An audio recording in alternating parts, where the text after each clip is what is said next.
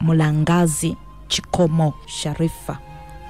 Mulangazi Kikomo Sharifa mbeera mpigi. Mama nina omwana wange muwala kati yawezezza emyaka 12 guno omwaka. Naye ekizibu kyalina kyakuwunya ka buvubuka. Yatandiikirizanga wa myaka 7 ne binsobera. Naye nange saatuula nenfuna ebbombo olujjula netandika okumunaaza n'okumukuuta mu nkwawa. Ekyava mu nkwawa ku makya n'ekiro ng'agenda okwebaka. Naye olw'okuba yalinga mu boarding school nakikolanga mu holidays zokka okuva olunaku lwawumudde paka lwaddayo. Naye nga siyosezaamu lyatuuka mu kumubabula enkwawa naye nze musiiga busiizi. Namunaazaako ne ku mazzi g'emizingoonyo, omwetango, akalaaza, olweza, amazzi ga mukoka. Nakati nkyamunaaza ebbombo nga ngasseemu ebikoola by'ataaba. Nawalirizibwa n'okugulayo pawuda alinga ono gwe bateeka mu bigere nga bivunda. Naye nze binsobedde. Okusooka yalinga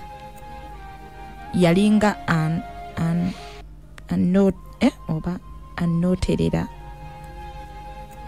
naye agenda okuva ku ssomero nga liringa atannanaaba ku ddagala lyonna. Omwana wange takyukako, olusuluganye Rebecca ntaasa kati okuva lwe baawummula paka kati anaaba ebbombo, ebikoola by'ataaba ne yeesiiga ne pawuda emisana n'ekiro. Naye alinga eyeeyongera obweyongezi. Leero bw'azannyako ne baana banne oba okuddukako olyoka owulira bwattunka. Mpulira saagala azannye naye ng'ate alina okuzannya kuba akyali muto. Maama Rebecca ntaasa nzirukidde wuwo n'abawuliza ba biiti bonna bantaase bandagirire ku ddagala ndabe nga omwana wange awona olusu olubi. Naye mukazi wattu lumumazeeko emirembe. Takyayalana mu banne batandise okumulangira okuwunya obubi. Maama nkusaba busabi, siragira ebbaluwa yange oginsomere nga tannaba kuddayo ku ssomero. Mufunire eddagala nga bukyali anaabe atuuke okuddayo ng'ateredde mu kano akaseera akawanvu ke balina awaka naffe. Nsaba kundagirira ku ddagala lye bakola ng'omwana agenze mu nsonga. Nsaba kundagira ne ku ddagala lye bakola singa omwana aba agenze mu nsonga z'ekikyala aleme okusoba amabega kuba essaawa yonna kyaddako. Naasanyuka ng'ebbaluwa yange esomeddwa. Mukwano weebale nnyo, weebalire ddala. Mukwano gwange Sharifa mukyala Mulangazi Kikomo Sharifa ow'empigi. Munnange bino tobikuzigwa wekka. Era bino bigenza okuntuukako mulinga abeekobaanye.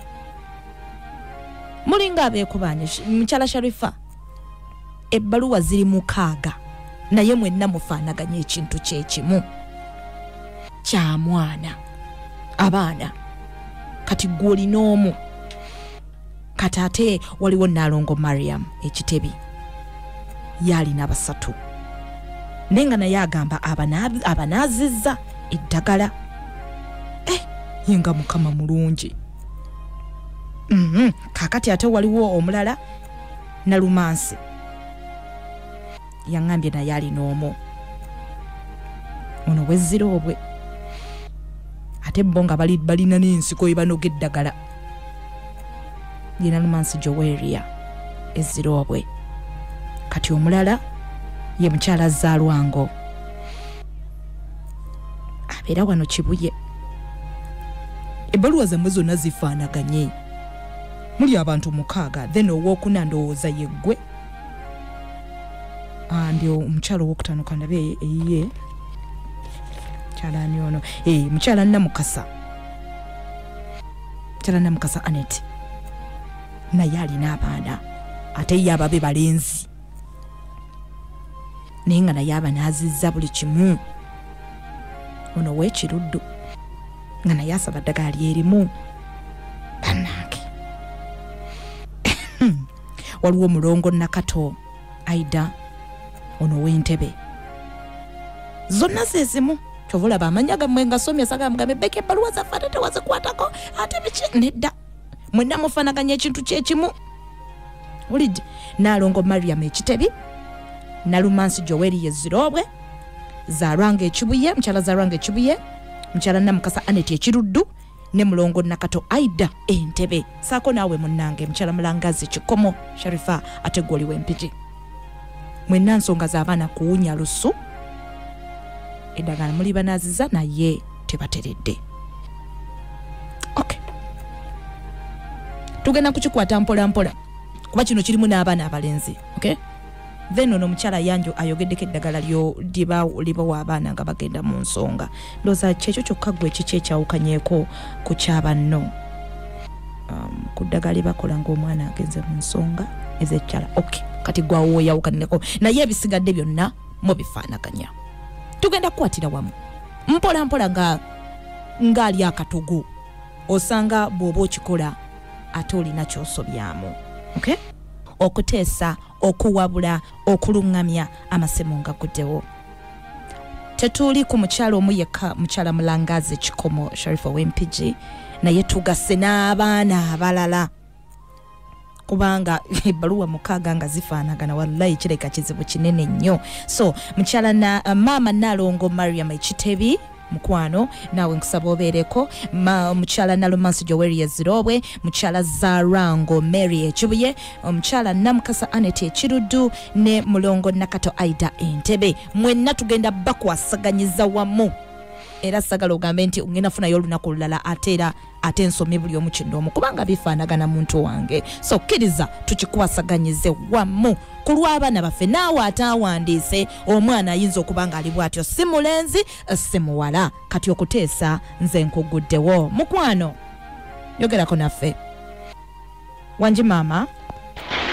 Mami Jinga, assalamu alaikum wa rahmatullahi wa barakatuh. Wa alaikum salam wa rahmatullahi. Amanya Nalongo Aisha Nakawuka. Ennyabo. Abazadde bo mbasaasiddeko nnyo. Weewaawo. Naye omwana oyo Awunya ekisu ngenda kumugamba afune olugobango alugatemu eddagala baliyita kasero alisekule wamu ali munazeewa maama okyerabidde ali munazeewa. Mami nsonyiwamu mukwano. It's okay. Naye abakyala abo ngenda kubagamba bwenti bafune akajjampu. Ojja kudda tofaayo. Hello Rebecca. Wange maama. Nze Kalinzo Olivier Nabbingo.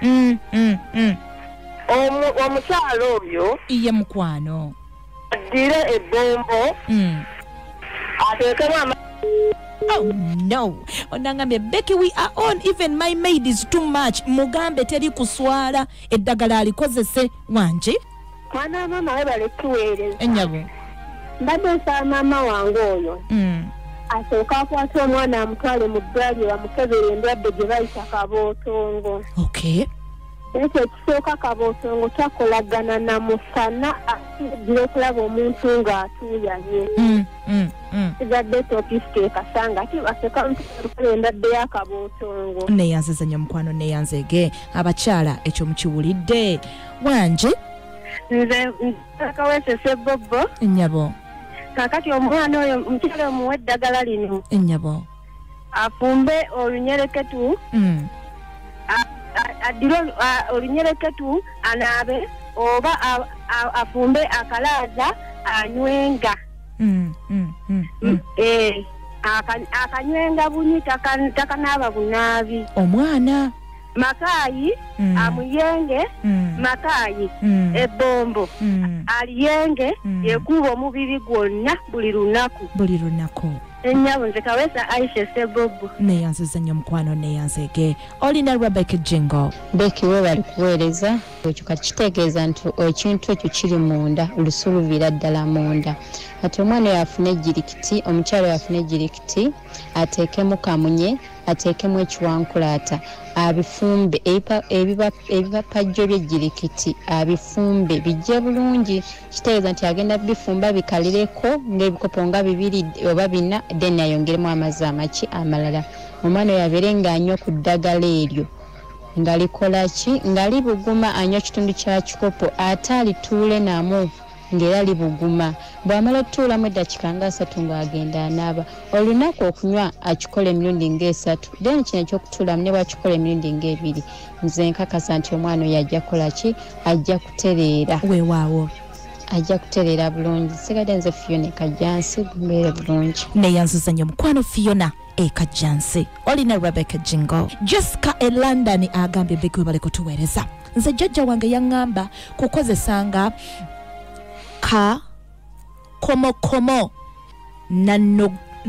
nanoganga ebikoola n'embikunya ne neesiiga mu nkwawa saddeyo okuwulira kasu konna naye nga nakozesanga emiziŋŋoonyo ebbombo tebyakola naye akakomokomo ke kamponya ono ali Bungereza Jessica bw'atyo bwakugambye olina Rebecca Jingo wangi munnange Hello munnange mpulira mami webale okuwuliriza bulero nsanyusanye mami okuyitamu esebo nze luboye era nga mbeera nsinzira madamu kyotera etaata era abantu b'ekyotera eno bakuwuliriza nnyo kabira etaata kakati omukyalo oyo weewaawo adire omwana oyo agenda kwateera nange kimanyi ekisinga okukola akakomokomo kyemmanyi kakola era agenda kateeka mu nkwawa agenda kubanga akakunyambo akateeke mu nkwawa manyi omwana oyo tajja kuddamu kuwunya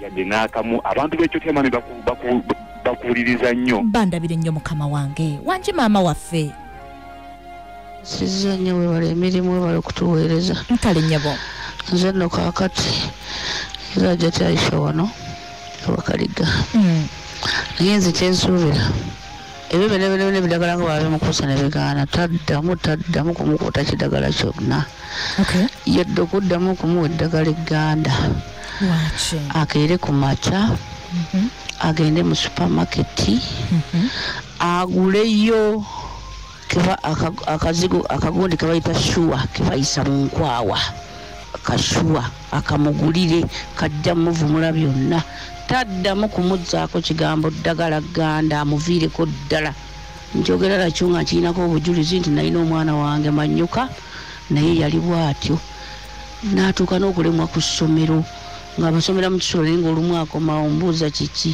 leero ate nga bw'agenda mu nsonga kiyitirira naye munnange omuntu yandagirira kashuwa naye ngenda ngula kashuwa twatandikira ka5,000 ng'akaayisa mu nkwawa wallahi nkulayiriramu ngwe yankola omwana yatereerera kati ali Bulaaya bokka bwe yafuula ekyokunywanyisa ate si yekka nalabako n'omukyalo omufumbo nga naye yajja bw'atyo bbaawe ekibbaawe kyeyakola ye n'akamugulira n'akaleeta n'akamuwa tebyadda na buli kati kale tesimo kagira tukyawuliriza mukwano nkale munnange maama waffe siba bulungi munaye maama wange omulungi naye omwana ono mwana muto mulimu abaana abato mulimu n'atannatandikirako ko ddala anyway ebiteeso byonna tubyetaaga deodorants oba mu supermarkets tubyetaaga byonna era bijja kutuyambako walina Rebecca Jingo abaana ensu zifuuse ensu bawunya bubi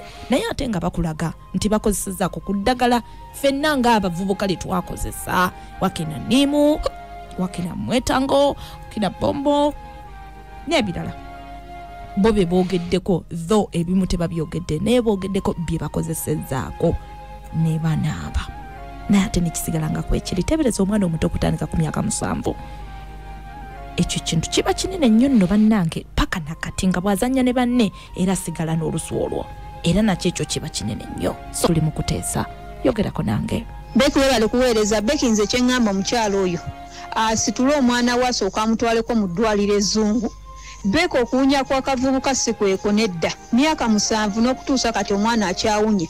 Kirabika waliwo ekirwadde ekiri munda nga kyetaaga kujjanjaba kuva munda. Beki n'ekirala abaana abo amabaluwa ab'abaana abo bashevinga. Beki n'obuviiri obwo buleetera omuntu okuwunya. Naye asooka amutwaleko mu ddwaliro alabe ekituufu ajjanjabe kyajjanjaba ng'akimanyi n'okujjanjaba nno ekirwadde ky'otategeera ogwamu amaanyi omugeye babiri. Okay, neyanziza nnyo mukwano neyanzege olina Rebecca Jingo Wange. Madam Becky webale kutuweereza ono NR ekkulambiro.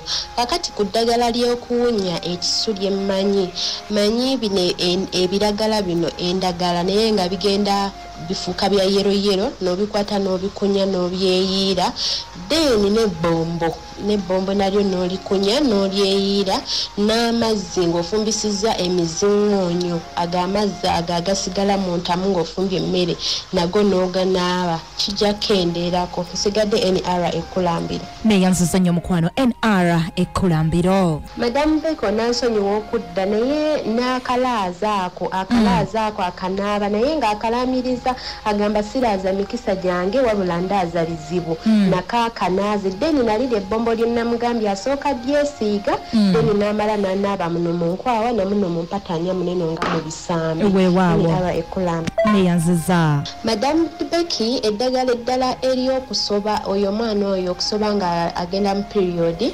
afune essowaani n'ekikopo nga bibye byokka abeere mu kisenge tabuuka masaŋŋanzira afune amatooke 4 aganna kitembe ateekemu obutiko abirye ate tateekamu munnyo abirye byokka waba wajjajjaawe tamukolera waba ng'ali naye maama we ng'ali naye dene byabimukolere ateekemu amatooke ago aganna kitembe ateekemu obutiko nga temuliimu munnyo then wanaaba avuddemu mu period amugulireyo nika oba peti amugambe mwana wange okuze inkwambazizza NR ekkulambiro. Nga neyanziza mukwano NR nakato Rose ekkulambiro yongereza ku bya mwana muwala ebyo. Beki webale kuweereza Superlady Nakafeero. Kati kye balina okukola basi obulwadde buviira ddala munda.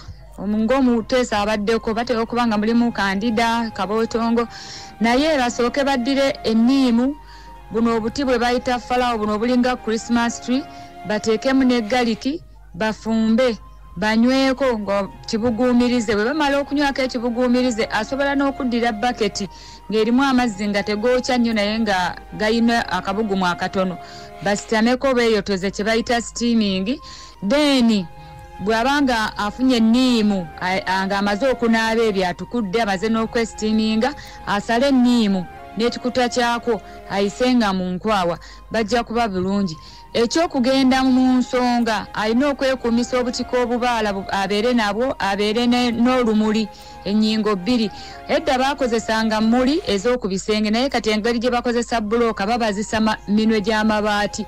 Omwana oyo bw'abanga agenze mu nsonga alina okumukwasa olumuli olwo olw'ennyingo 2 era ng'alannamye bw'ati ng'oyo omukyala ali mu maaso ge n'amugamba lumu 2 gamba lumu 2 nga nvuddemu n'omwana ng'akiddamu lumu 2 nga nvuddemu.